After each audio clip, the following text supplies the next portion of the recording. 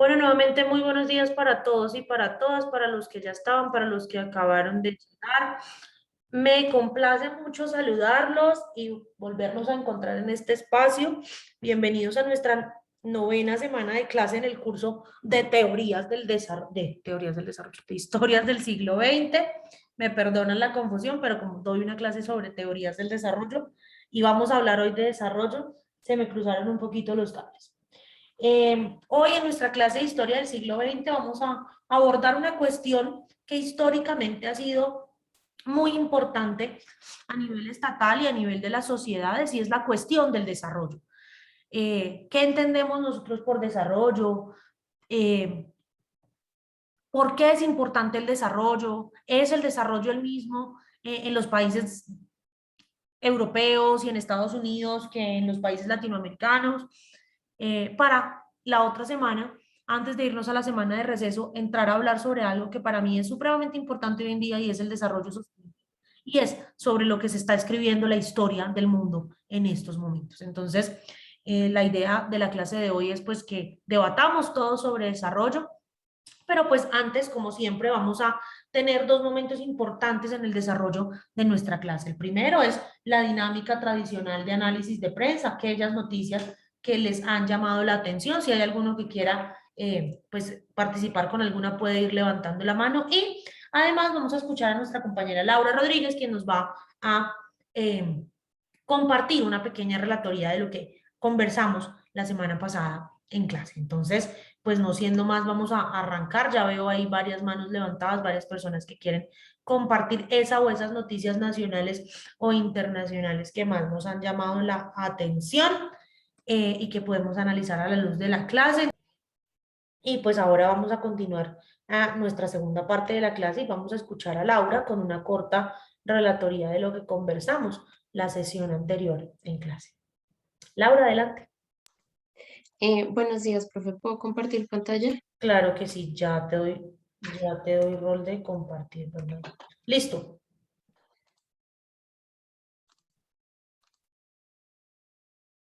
Listo. ¿Ya se está viendo? Sí, ya la estamos viendo. Ok, entonces mi relatoría es de la clase de la asignatura lectiva disciplinaria Historia del siglo XX del 14 de septiembre del 2021. Se inició la clase, como siempre, con la bienvenida y la explicación de lo que se iba a realizar. A continuación se realizó el análisis de prensa. Y la relatoría se dio el desarrollo de la clase y se realizaron unas preguntas finales a modo de reflexión. En el análisis de prensa se abarcaron diversas noticias que se presentaron a lo largo de la semana, como lo fue el reporte presentado a la JEP sobre la verdad del reclutamiento de menores en las FARC, la caída de Evergrande presentándose esta como una amenaza para la economía china y el desarrollo de la cumbre de la CELAC, entre otras noticias. Seguidamente se dio paso a la relatoría de la clase pasada. Dando inicio a la clase, se inició con una teoría, con la explicación de la teoría del fin de la historia, planteada por el politólogo Francis Fukuyama, el cual establece que con el triunfo de Estados Unidos en la Guerra Fría, este país se convirtió en el principal y el único hegemón del sistema internacional y este era el único para promover, capacitado para promover y expandir sus valores, que eran la democracia, los derechos humanos y el capitalismo. Eh, la teoría de Fukuyama se basaba en que con el fin de la Guerra Fría entre los estados ya no se van a presentar más enfrentamientos por temas políticos, económicos o militares. Teoría la cual es controvertida por la teoría del choque de civilizaciones de Huntington, donde establece que los nuevos conflictos se van a dar por temas religiosos y más sociales. A continuación vimos un video sobre si realmente hay un fin de la historia. Este nos cuenta las bases de la teoría de Fukuyama, donde este dice que la democracia liberal como sistema no estaba destinada a la autodestrucción como lo era el racismo, ni a la inutilidad como el comunismo, y que con esta democracia liberal ya no existiría innovación ni progreso en la ciencia política, por lo que ya este es el mejor sistema que se pudo haber inventado. Sin embargo, hay cuestiones que surgen de la misma democracia liberal que representan un problema para esta, que son el fundamentalismo religioso y el nacionalismo, y que cuando estos dejen de existir, ya no habrá más conflictos.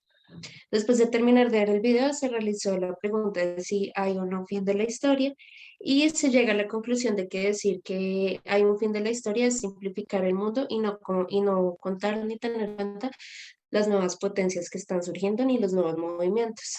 Y se estaría ignorando el proceso en que estamos inmersos en este momento, que es la globalización, que es un término utilizado para describir la variedad de los cambios políticos, económicos y sociales y culturales que se han dado en el mundo en los últimos 40 o 50 años.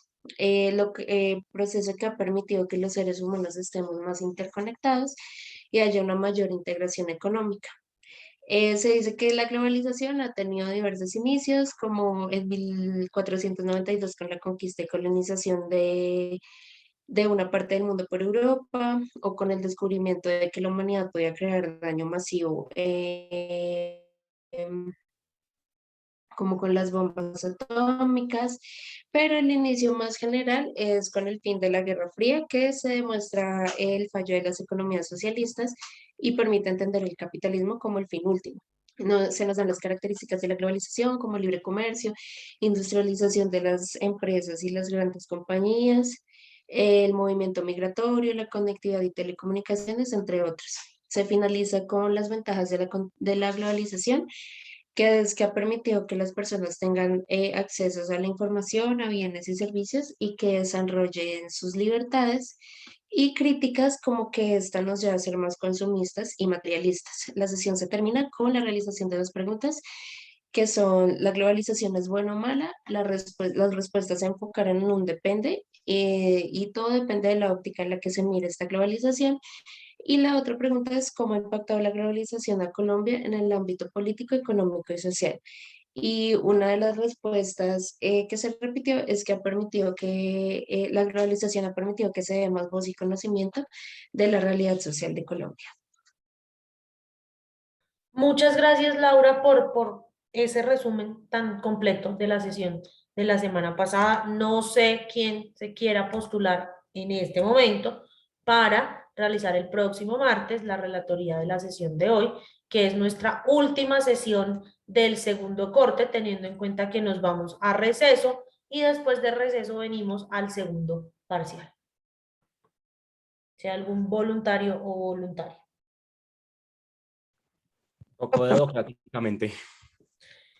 Dime, Carol.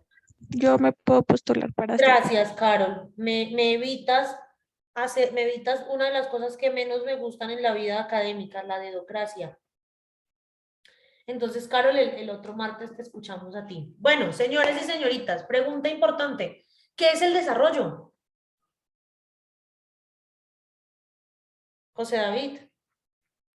El desarrollo actualmente lo entendemos con el progreso, con la evolución constante positiva, digamos, lo entenda en contextos sociales de una sociedad para mejor. Ok. ¿Y tú eres una persona desarrollada? No sé, profe. ¿Y vives en un país desarrollado? Vías de desarrollo. En vías de desarrollo. ¿Y por qué estamos en vías de desarrollo y no somos completamente desarrollados? Porque no somos de ingresos, no somos de rentas altas, sino somos de rentas medias. Okay. Y todavía tenemos unos problemas sociales que no se han solucionado, que nos impiden estar dentro de este club de países desarrollados. Sin embargo, pertenecemos a la OCDE, ¿no? Al club de países ricos. O sea, estamos midiendo el desarrollo en términos netamente económicos. Sí. Profe. Ok, bueno, pues vamos a ver qué nos dicen los teóricos que es el desarrollo. El concepto de desarrollo viene de esa noción de progreso que surgió en la Grecia antigua y que se consolidó en toda Europa durante el periodo de la Ilustración, bajo un supuesto, el supuesto de que la razón permitiría descubrir cuáles eran las leyes generales que organizarían y regularían el orden social, para así poder transformarlo en beneficio de la gente. El concepto de desarrollo fue antecedido por otros términos además de progreso, términos como civilización, evolución, riqueza o crecimiento. Así pues, economistas o los padres de la economía clásica como Adam Smith y John Stuart Mill dijeron que la riqueza era un indicador de prosperidad o decadencia de las naciones. Es decir, podíamos medir si una nación era próspera o no, o desarrollada o no, en términos de cuán rica fuera. Resulta que en el siglo XX esa noción siguió siendo la más aceptada para hablar del desarrollo. El desarrollo como lo conocemos hoy en día, o esa noción de desarrollo que conocemos hoy en día, nace en 1944 con la conferencia de Bretton Woods, la conferencia que generó o que estableció cuál era el nuevo orden mundial. Ese nuevo orden mundial que vendría en 1945 con la consolidación de los Estados Unidos como el hegemón de Occidente, que tenía o tendría unas características básicas. La primera, que el dólar norteamericano sería la moneda de intercambios comerciales internacionales. Ya no se iba a comerciar en libra esterlina o en oro, sino que ahora todas las transacciones internacionales se iban a hacer en dólares. Segundo, que la ciudad de Nueva York se convertiría en el único y más importante centro financiero mundial. Y tres, que se crearían dos organismos internacionales que financiarían el desarrollo. El Fondo Monetario Internacional, liderado por Europa, y el Banco Mundial, liderado por los Estados Unidos. Eso terminó de consolidar el poderío de los Estados Unidos como hegemón de Occidente, además de el establecimiento de regímenes democráticos, del respeto a los derechos humanos y todas aquellas cosas de las que nos habla Fukuyama en su fin de la historia. También en 1945 se establece la organización, nace la Organización de las Naciones Unidas como aquel organismo multilateral que propendería por la consolidación y el mantenimiento de la paz y seguridad internacionales. En 1947 sube al poder Harry Truman y Harry Truman lanza su conocida doctrina Truman, que ya les voy a contar más o menos cuál era la doctrina Truman. Y en 1947 también se lleva a cabo la conferencia de Río para la asistencia recíproca, donde se empieza a hablar de que los países ricos tienen que empezar a ayudar a los países pobres para que salgan de la pobreza. Se empieza a hablar del desarrollo como una cuestión de pobreza. En 1948, Estados Unidos lanza el Plan Marshall para la Reconstrucción Europea, que es el primer y más importante plan de cooperación internacional para el desarrollo de la historia. Y en 1950 llega al mundo un concepto nuevo, el concepto del tercer mundo. ¿Qué es el tercer mundo? Donde vivimos los pobres, donde vivimos los menos desarrollados. Entonces, estas premisas del desarrollo surgen producto de la doctrina Truman, donde el presidente de los Estados Unidos, Harry Truman, decía, palabras más, palabras menos, es que los pobres, los países pobres, necesitan desarrollarse para ser iguales a nosotros. Y de allí nacen estas premisas del desarrollo. La primera y más importante es que la pobreza es un problema social. Es decir, que la pobreza es un problema que viene ligado a muchos otros. Y que el tercer mundo, es decir, nosotros, en América Latina y el Caribe, en Asia del Sur y en África subsahariana, somos pobres. Y somos el tercer mundo. ¿Qué es la pobreza? La pobreza es el ingreso insuficiente. Es esa capacidad que tú no tienes de recibir grandes cantidades de dinero, sino que recibes muy poquita plata mensualmente o diariamente. De ahí que organismos como el Fondo Monetario Internacional y el Banco Mundial estimen que si recibes menos de tantos dólares, si tienes menos de tantos dólares al día, eres pobre o estás por debajo de la línea de pobreza. Incluso estás aún peor, estás en algo que se llama la miseria. ¿Cuál es la solución para esto? Pues el crecimiento económico. ¿Mediante qué? Mediante la modernización de las industrias y la urbanización de los países. Hay que sacar a la gente del campo y hay que sacarla para llevarla a que trabajen en las grandes fábricas que son las que nos van a permitir crecer económicamente. ¿Por qué? Porque el progreso es entendido como crecimiento económico. Entonces, si hay crecimiento económico, hay desarrollo social. Y si hay desarrollo social, hay progreso social. Esto nos lleva a que la acumulación y el desarrollo, es decir, a que el tener más y más y más y más y más, son dos conceptos ligados, dos procesos ligados. Entre más tengas, entre más acumules, más desarrollado eres. Para esto necesitamos la vital inversión de capital, sea capital interno o capital extranjero, y el conocimiento técnico y científico. ¿Para qué? Para poder industrializar, modernizar, perdón, nuestras industrias nacionales. Pregunta, ¿seguimos con esas premisas del desarrollo o ya han cambiado un poco y ya el desarrollo, el subdesarrollo o el desarrollo no está ligado a términos de pobreza? Adelante, José David. Sigue siendo medido en índices en temas de pobreza, porque uno de los indicadores de desarrollo, valga la redundancia, de una nación, de un estado, es el IDH, y con base en el IDH se clasifican y se están clasificando los estados, y también con Gini, con el Gini, que el Gini también mide pobreza. Pues esto nos ha llevado, Javier, adelante.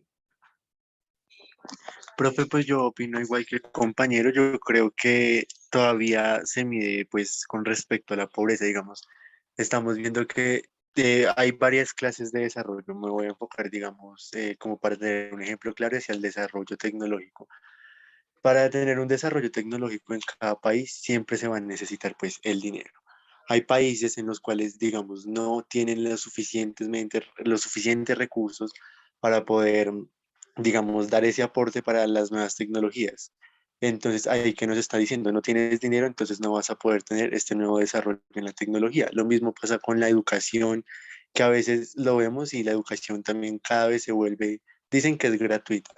Digamos, en estos tiempos de pandemia hemos visto que pues ya con las modalidades virtuales hay personas que no tienen internet, no tienen su economía estable para pagar un internet, entonces, ¿qué nos está yendo? Entonces, no vas a poder tener clase porque no tienes internet, no vas a poder seguir aprendiendo, a seguir teniendo conocimientos, seguir teniendo tus clases, entonces ahí se queda pues el desarrollo.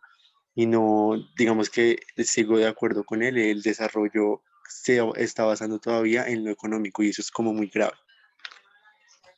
A lo largo de la historia se ha hablado de diferentes formas de desarrollo. Y es que el desarrollo no siempre ha sido tenido en cuenta así, como ustedes lo mencionan hoy. El desarrollo fue concebido desde el llamado norte global. Aquí, a partir de este momento, yo no voy a hablar de países desarrollados y países subdesarrollados. Voy a hablar de países del norte global, es decir, los países ricos, y los países del sur global, que no son necesariamente países pobres.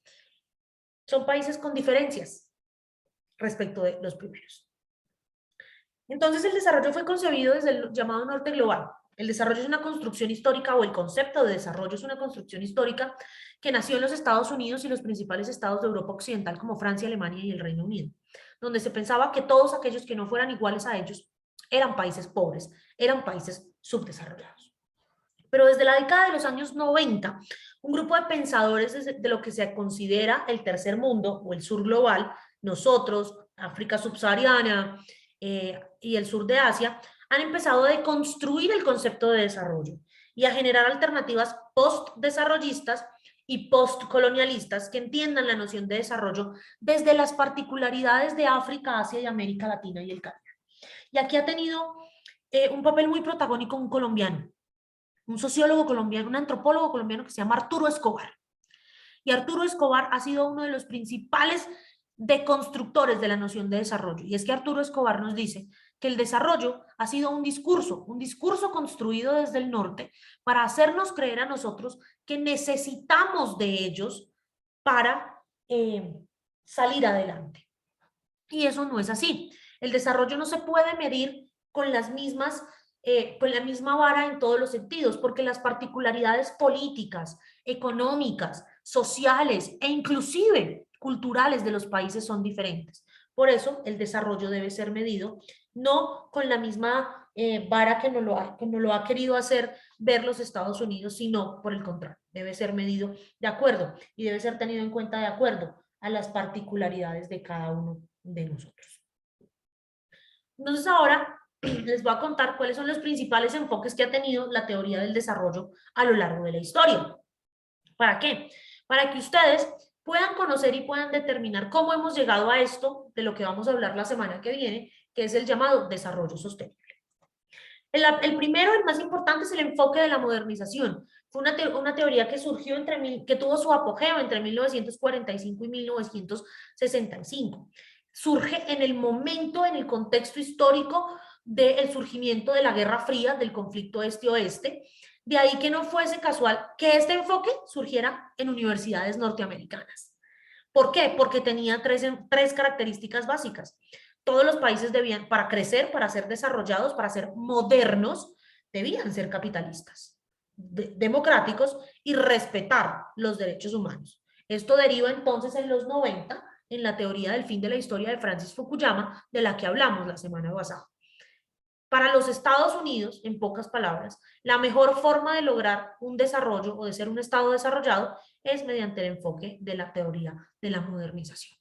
Siendo países capitalistas, donde el Estado no intervenga en la economía, donde haya o donde se propenda por regímenes democráticos que respetan los derechos humanos.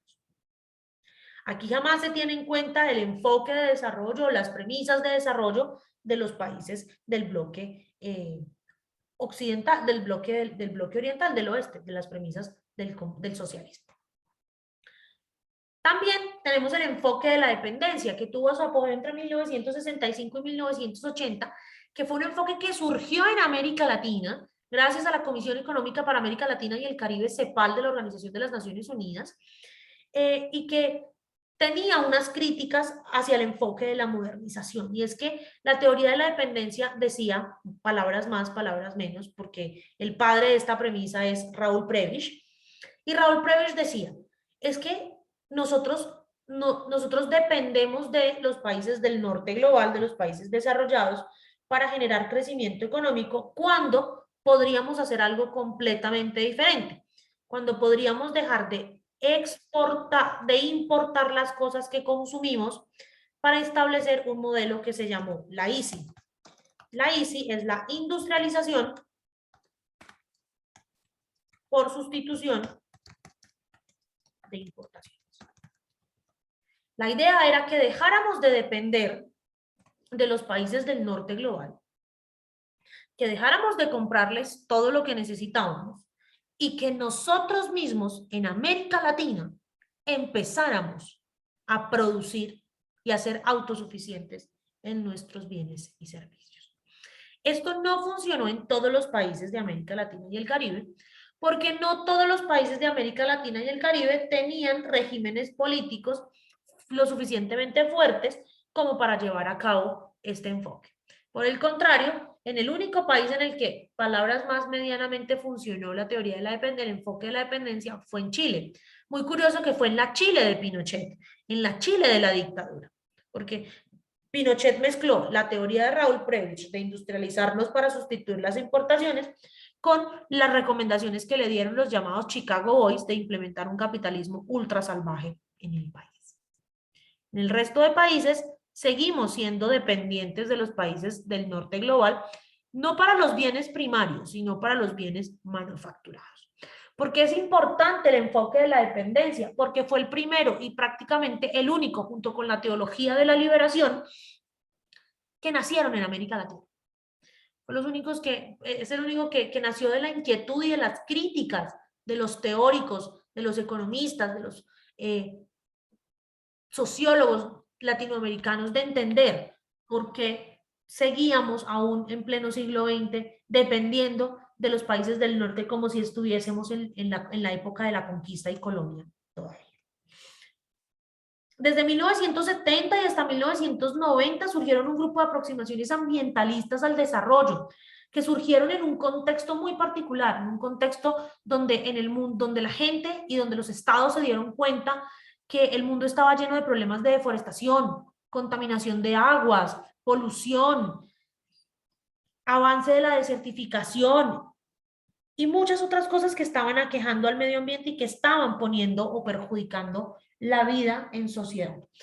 Dentro de estos, perdón, entre 1970 y 1990, surgieron 4 grandes enfoques del desarrollo: el ecodesarrollo, el otro desarrollo, el desarrollo sostenido y el desarrollo sustentable o sostenible. El llamado ecodesarrollo tenía 5 grandes premisas. La primera era que teníamos que tener una pertinencia social y una equidad en las soluciones. A ver, la finalidad del desarrollo, para quienes hablaban del ecodesarrollo, no debía ser una finalidad económica, tenía que ser una finalidad ética y social. Una finalidad en donde todos y todas pudiéramos hacer uso y disfrute de nuestros derechos fundamentales de la mejor manera posible. No tener más dinero, sino pues tener la libertad de disfrutar de nuestros derechos humanos. Otra premisa y muy importante era la prudencia ecológica, entendiendo que el medio ambiente, primero que nada, no es infinito. En algún momento esto se va a acabar. Entonces tenemos que tener una prudencia ecológica, ser prudentes para precisamente conservar el medio ambiente de la mejor manera posible. Una eficacia económica. La eficacia se debía asegurar a criterios macrosociales y no solo de rentabilidad. Es decir, ¿de qué nos sirve tener, dicen los teóricos del ecodesarrollo, de qué nos sirve tener y tener y tener y tener dinero si no tenemos medio ambiente, no tenemos dónde disfrutarlo? El ecodesarrollo también debía tener, o dice que debe tener, una dimensión cultural. Al perseguir soluciones aceptables que no pongan en riesgo la identidad de las personas y que pueda producir nuevos espacios, nuevos territorios espaciales, nuevos territorios, nuevos espacios de territorio donde las personas puedan hacer uso y disfrute de sus derechos fundamentales. Los enfoques de las necesidades básicas y el desarrollo a escala humana, que surgieron entre 1975 y 1980, que es el llamado otro desarrollo, que surge en los años 70, producto de los trabajos de un economista chileno llamado Manfred Max Neef, que dice básicamente que el objetivo del desarrollo a escala humana es plantear que el desarrollo sea a favor de darle a todas las personas la oportunidad de vivir una vida plena. Una vida plena entendida en términos de ¿qué? No solo de lo económico, sino también de lo sociopolítico, de lo ambiental, de lo cultural, de todas aquellas cosas que son inherentes al ser humano. Entonces, el texto más famoso de Manfred Max Neef se llama Desarrollo a escala humana, una nueva opción para el futuro, en donde Max Neef dice, de nada le sirve al ser humano tener mucho dinero si no tiene dónde disfrutarlo, no tiene con quién disfrutarlo y no tiene las libertades para disfrutarlo. Por eso, el desarrollo, dice Max Neef, debe estar centrado en el ser humano, no en el crecimiento económico. Es el ser humano quien va a poder determinar qué tan desarrollado o no sea un país. Este desarrollo a escala humana también trae como algunos enfoques. El más importante pues fue el que estableció el sociólogo y padre de los nuevos movimientos sociales, Alain Touraine. Y Alain Touraine dice que solamente se puede hablar de desarrollo en las sociedades en producción, en transformación o en sociedades en permanente cambio. Es decir, no se puede hablar de desarrollo en sociedades como la norteamericana o como la europea, que ya están como en su punto máximo de lo que pueden lograr, que son países donde se disfrutan los derechos fundamentales, según Touraine, por supuesto, que son países donde se llevan a cabo, donde las personas pueden hacer lo que les plazca y tienen libertades políticas, económicas, sociales y culturales. No, Touraine dice, se debe hablar de desarrollo en estados del sur global, en estados como los de África subsahariana, de América Latina y el Caribe, el sur de Asia, que son estados que tienen mucho por crecer y que tienen muchas cosas por cambiar. Pregunto, ¿ustedes están de acuerdo con este enfoque de Alan Turing? ¿Realmente debemos hablar de desarrollo acá y no allá? ¿O por el contrario ellos todavía tienen márgenes de crecimiento? Profe, puedes decir que, no sé, tanto como una sociedad como una población no tiene un margen de crecimiento, es un poco contradictorio, ¿no? Porque comúnmente el ser humano siempre va a tener como esa necesidad de avanzar y seguir buscando más cosas. Y pues, aunque sean países ya subdesarrollados, por así decirlo, vemos que hay en ciertos como temas que escasean, por ejemplo, la violencia, la misoginia, hay temas que todavía no están sanados, entonces decir que ya son súper desarrollados y no tienen un enfoque más adelante es como un poco también negligente de nuestra parte. José David. Gracias, profe. Pues la teoría de Tugan a mí me parece que demuestra el complejo de Adán que tiene el norte global. Ellos están por encima del bien y del mal, a ellos no les aplica nada, los únicos que somos unos simios que necesitamos ser estudiados somos los del sur. Yo estoy absolutamente en contra de esa teoría porque Europa también tiene sus problemas y también le caben analizar sobre su desarrollo, sobre su pobreza, sobre las diferentes situaciones y problemáticas que se pueden presentar en el norte global. Pues no en vano también hay ciudades europeas donde el crimen está disparado, la pobreza está disparada, entonces yo creo que también se debe estudiar el desarrollo en el norte global.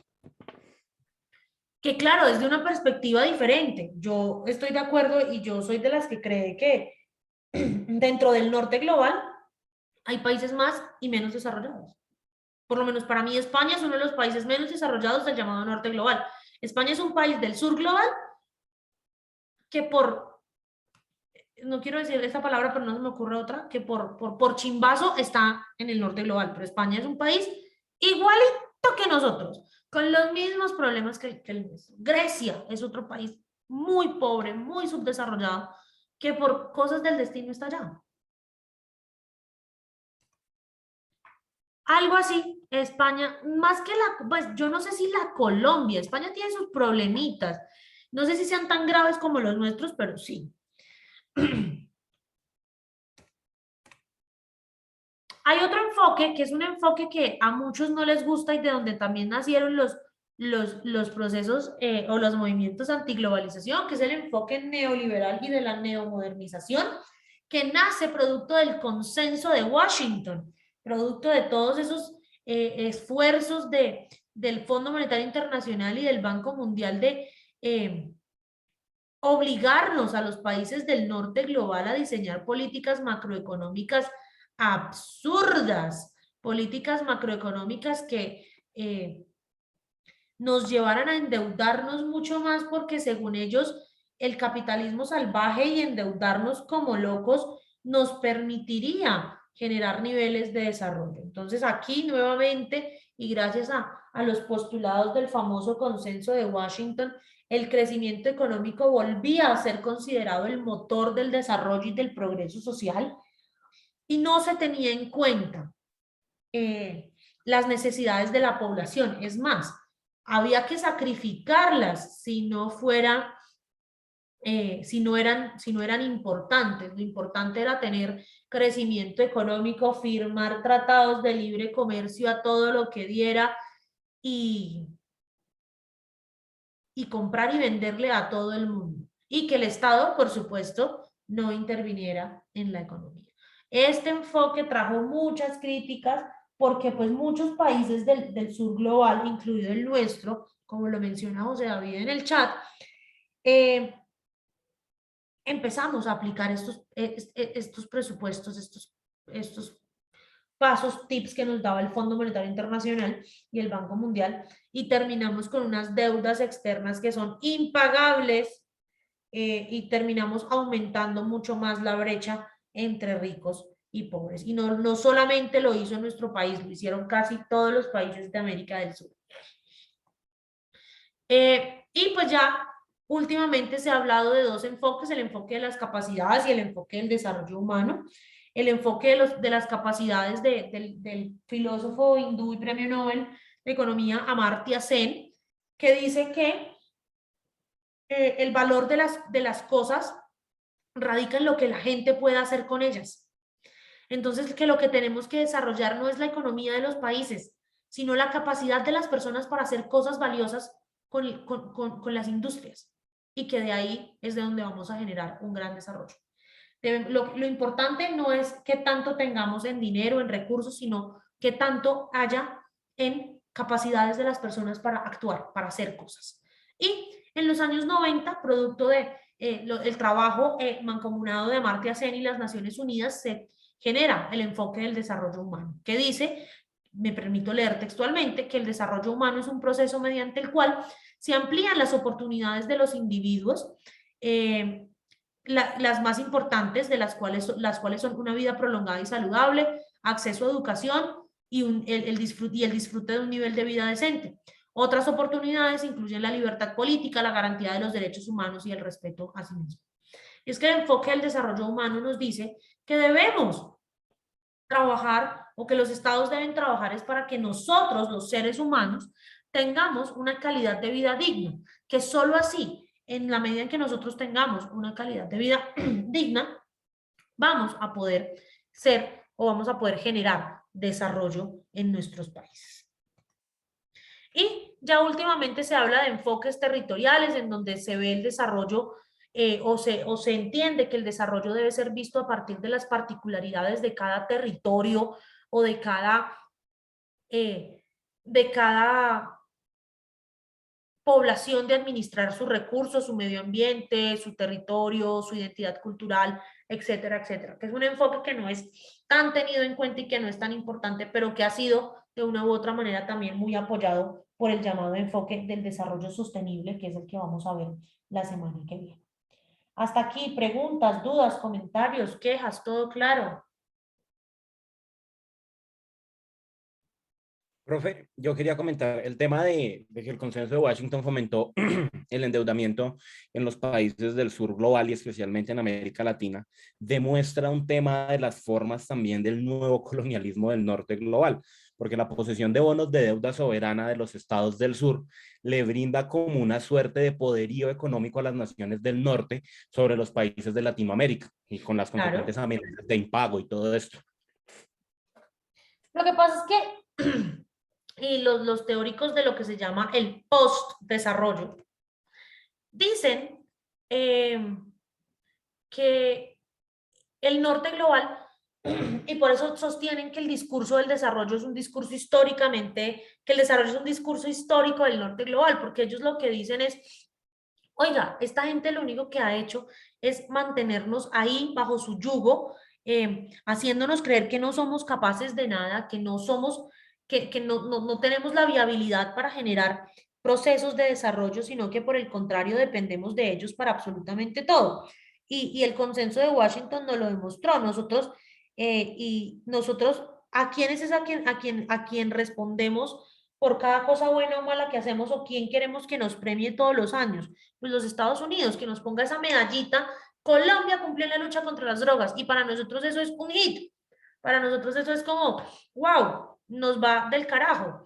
Entonces, los teóricos del postdesarrollo, como Arturo Escobar, como Said, lo que dicen es, el desarrollo o el discurso del desarrollo ha sido una forma de un nuevo colonialismo de los países ricos hacia nosotros.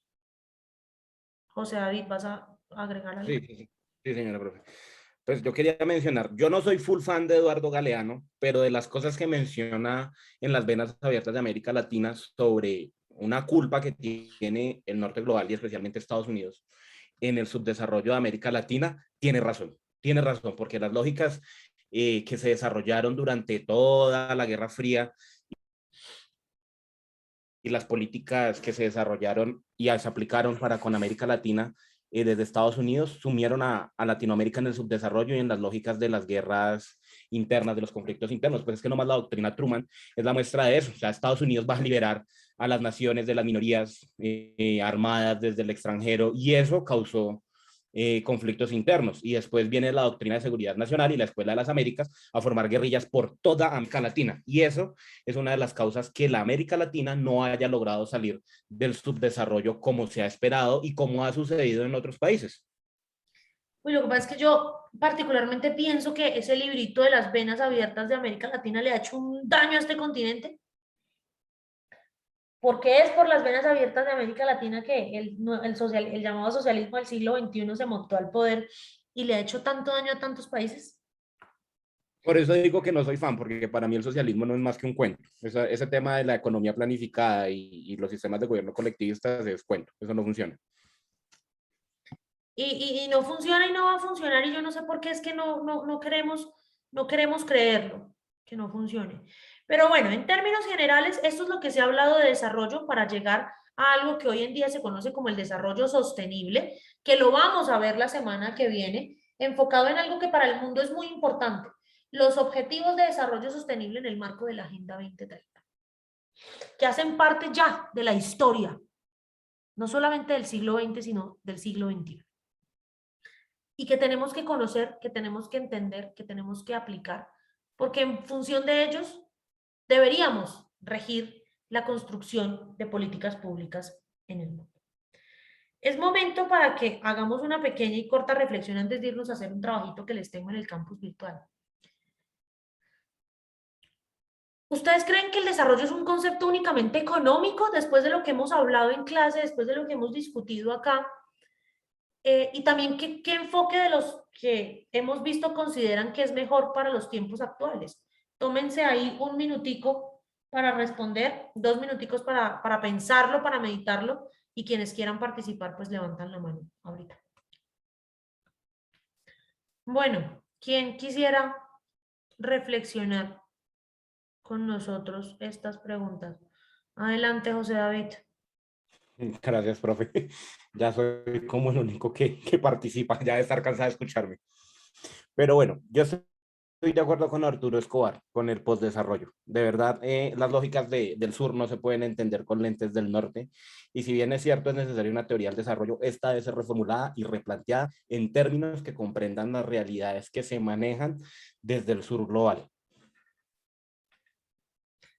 Es que el sur global es tan diferente, incluso el mismo sur global entre sí, es decir, los mismos países del sur global son tan diferentes unos de los otros que generan que los debates de desarrollo, que las construcciones de desarrollo sean diferentes en cada país. No son lo mismo las realidades chilenas que las realidades colombianas o que las realidades mexicanas, ¿no? Y creo que eso también es lo que no nos ha permitido crecer, que no hemos entendido que en nuestra diversidad está la clave para generar políticas públicas que nos permitan un grado de desarrollo superior. Laura.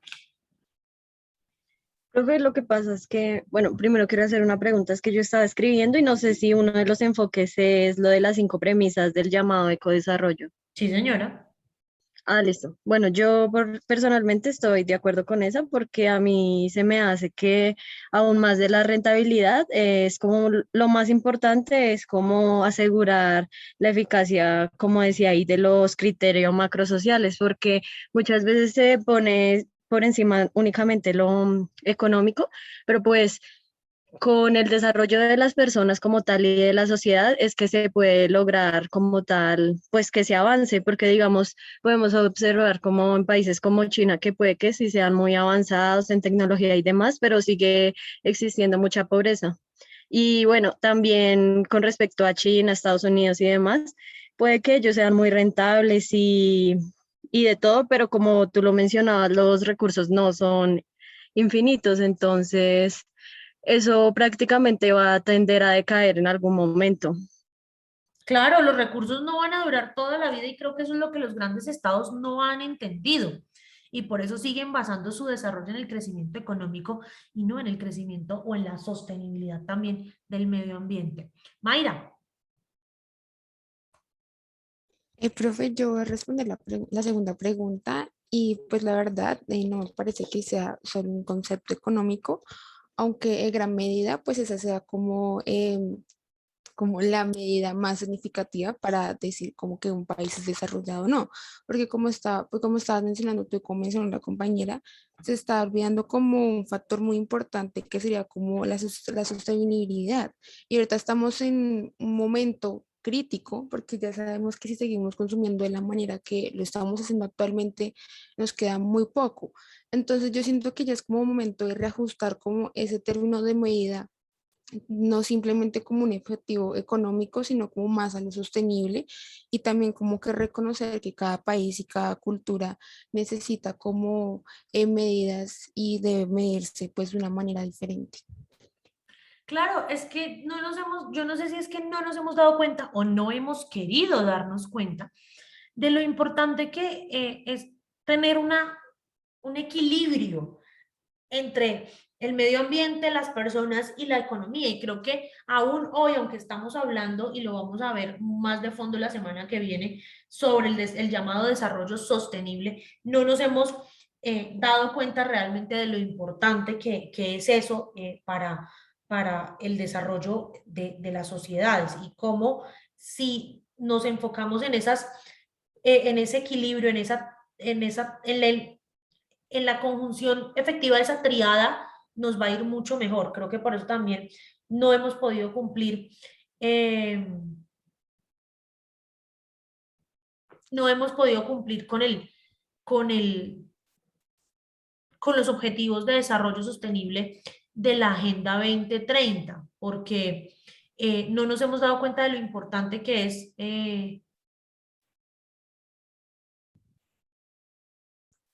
tener todo en armonía, ¿no? Entonces creo que eso es supremamente importante para, para Profe, y lo otro sería que también, digamos, actualmente se está utilizando te me fuiste. como Ah, ya voy. la sostenibilidad más como allá, Ya, ya, que ya se me actualmente se está utilizando la sostenibilidad casi más, más que todo como un término de marketing. Por ejemplo, digamos, poniéndome un poco de lado, digamos, en el ejemplo de la industria de la moda, ¿no? Sabemos que pues actualmente es una de las industrias más contaminantes y también, digamos, un ejemplo, no sé, de Inditex con H&M, Zara y sus otras filiales, en donde se está, digamos, diciendo como que la ropa se está haciendo como con medidas sostenibles, como de algodón y ese tipo de cosas, pero realmente la realidad en su producción eh, no ha cambiado mucho. Entonces, como esa mentira para ser como más friendly o no, nos están atacando por este lado. Entonces, como que, o sea, buscar como que sea realmente como esos cambios y que no se hagan simplemente como por seguir vendiendo y cambiar como o sea, como cambiar lo que la gente ya está percibiendo como de las industrias, sino o sea, que se implementen medidas y que si no lo pueden hacer como digamos como de manera voluntaria, que ya los mismos estados regulen como ese tipo de contaminación que están generando en las tiendas de vestir y también las condiciones laborales de los países donde se están construyendo. Aunque no solo es Inditex, también se puede ver con Nike y otras grandes empresas que van a otros países con mano de obra más barata y que cuando se devuelve ya el producto terminado se vende a precios muy elevados. esa idea de que el fast fashion es eco-friendly, yo creo que solo se la come Amancio Ortega, que es el dueño de Zara. De resto, nadie más. Sebastián. Buenos días, profe. Bueno, pues más que todo, pues yo me iría por la teoría que dijeron mis compañeras, la ambientalista, y más que todo es como una crítica, ya que pues, bueno, hoy en día el mundo se está viendo más que todo por el cambio energético, ¿no? Y pues, por ejemplo, el caso de Tesla, la empresa automotriz que pues, solo se dedica a los coches eléctricos. Estas empresas utilizan pues en sus baterías el litio y el cobalto, que más que todo estos elementos químicos se dan en África y son limitados. Y el hecho de que pues ahora se hable como de ambientalista y de como el extractivismo y todo esto, también es una crítica porque son explotados las personas en África, ya que estos productos son pues propiamente de allá. Entonces también es como una crítica. Una doble moral. Sí, la doble moral. Y pues solo enriquece pues el dinero, solo enriquece pues a los grandes burócratas, ya que pues, por ejemplo, los hombres más ricos del mundo como Jeff Bezos, Elon Musk, siempre tienen como su discurso para acabar pues con el carbón y el petróleo, pero a la vez utilizan el cobalto y todo esto y es doble Y moral. el coltan. Exacto. El coltan, que es el nuevo oro, dicen por ahí. José, hoy terminamos contigo. Gracias, profe. Pues yo solamente quería mencionar que Amancio Ortega e Elon Musk tienen los discursos más doble moralistas y de doble rasero que se puede encontrar en este momento en el empresariado del mundo. Amancio Ortega ahorita se volvió, no sé, como muy gluten free, muy buena persona, pero pues yo no sé si ustedes se acuerdan de algo que sucedió hace más o menos como 10 años, en el colapso del edificio Rana Plaza en Bangladesh, donde murieron cientos de personas que estaban esclavizadas En una maquila eh, de Sara. en las maquilas de Zara, también estaba Benetton, hubo muchas marcas responsables, también estuvo Mango, y pues ahorita que él se venga a vender como la Dalit del buen patrón, pues la verdad me parece que es muy doble moral, sí, como dice María Alejandra, el grupo Inditex, de Amancio Ortega. Y Benetton no hace parte del grupo Inditex. Y pues con el tema de Elon Musk, pues él digamos que se las da de ambientalista, de que premia, de que está buscando el que desarrolle la mejor tecnología de captura de carbono y todo eso, pero yo creo que uno no puede, al mismo tiempo que está promoviendo causas ambientales, tener una empresa de viajes espaciales que en cada despegue libera toneladas, cientos de toneladas de dióxido de carbono a la atmósfera. Y al mismo tiempo, como lo mencionaba el compañero anterior, que se me escapa el nombre, fabricar carros eléctricos como lo son los Tesla, con coltan, con litio, con todas estas baterías que, producto de su descomposición, pues generan daños mucho más graves que los que genera el dióxido de carbono. Así es. Es que estos líderes económicos, estos ricos son, yo creo que son los peores enemigos del medio ambiente, aunque ellos quieran decir lo contrario. Y aunque nosotros de una u otra manera, o por lo menos hablo por mí, amemos el fast fashion de Amancio Ortega y el grupo Inditex. Pero pues son cosas con las que tenemos que convivir. Lo que tenemos es que, nuevamente, y por eso solamente le voy a dedicar una clase entera al desarrollo sostenible. Tenemos que encontrar la sostenibilidad en todo, la armonía para que todo funcione. Chicos, chicas, muchas gracias por participar hoy de la clase. Quiero invitarlos a que vayan al campus virtual, a que empiecen a realizar un taller en parejas que están en el módulo de esta semana del campus. El que no lo quiera hacer en parejas lo puede hacer individual, por mí no hay ningún problema. Los invito a que preparemos las lecturas de la siguiente semana, a que más personas participen en análisis de prensa vamos a escuchar a Carol con la relatoría de esta sesión. No es por ser intensa ni por nada, pero quiero recordarles que la participación vale un 10% de la nota del corte y después no me pregunten por qué tienen 0 en la nota de participación si nunca hablan en clase. Entonces, es una invitación también para que aprovechen que la clase que viene es la última clase del corte para participar en clase. Nada, les deseo una feliz semana, que les vaya muy bien en la universidad, en los trabajos, en todo, y nos vemos el próximo martes a las 9 de la mañana. Muchas gracias, profe. Hasta luego, Chao. profe. Gracias, profe. Hasta ¿Ese trabajo luego. está ese trabajo está para dentro de 8 días? Sí, pero tienen que empezar a hacerlo ya. Ah, ok. Sí, señor.